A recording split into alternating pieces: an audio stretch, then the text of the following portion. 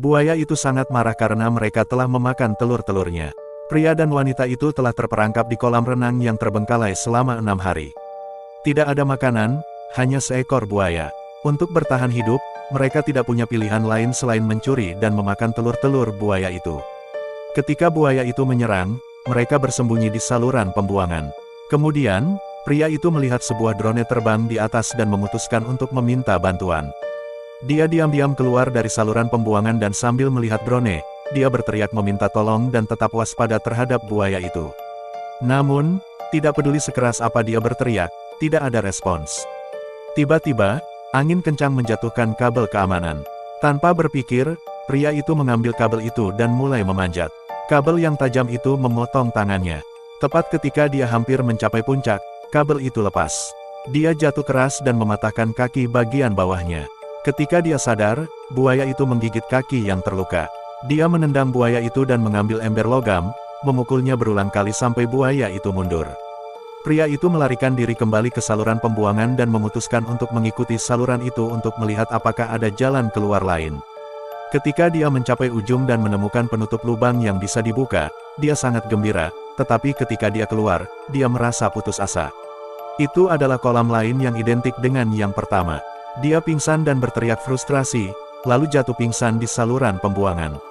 Sekarang hari ketujuh, dia terbangun oleh suara drone yang jatuh ke kolam.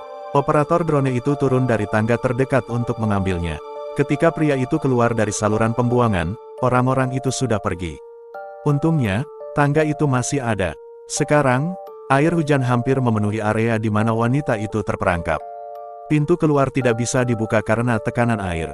Hujan terus turun semakin deras. Pria itu berjalan menuju tangga, tetapi buaya itu tiba-tiba muncul dan menghalanginya. Buaya itu menggigit kaki yang terluka. Dia berbalik dan melompat ke atas buaya itu, memukulinya dengan liar. Buaya itu mengibaskan ekornya dan melemparkan pria itu, lalu menyerangnya. Sementara itu, wanita itu hampir tenggelam. Dia berteriak nama pria itu berulang kali. Pada saat kritis itu, pria itu memecahkan kaki sofa kayu dan menusukkan ke tubuh buaya itu. Kemudian, dia berdiri dan menuju tangga, tetapi pipa yang menahan tangga itu longgar karena hujan. Tangga itu hanyut. Semua harapan tampaknya hilang. Tiba-tiba, buaya itu menyeruduk pria itu dan membuatnya jatuh. Dia siap menyerah. Tetapi saat itu, wanita itu meniup peluit dengan sekuat tenaga. Suara itu membangunkan pria itu. Dia menggunakan tongkat untuk menahan mulut buaya itu terbuka. Anjing mereka mendengar peluit itu dan mencoba melompat ke kolam untuk membantu. Sebelum pria itu bisa menghentikannya, anjing itu melompat, tetapi tali pengekannya menahannya dan anjing itu mati, tergantung di tepi kolam. Pria itu dipenuhi dengan kemarahan.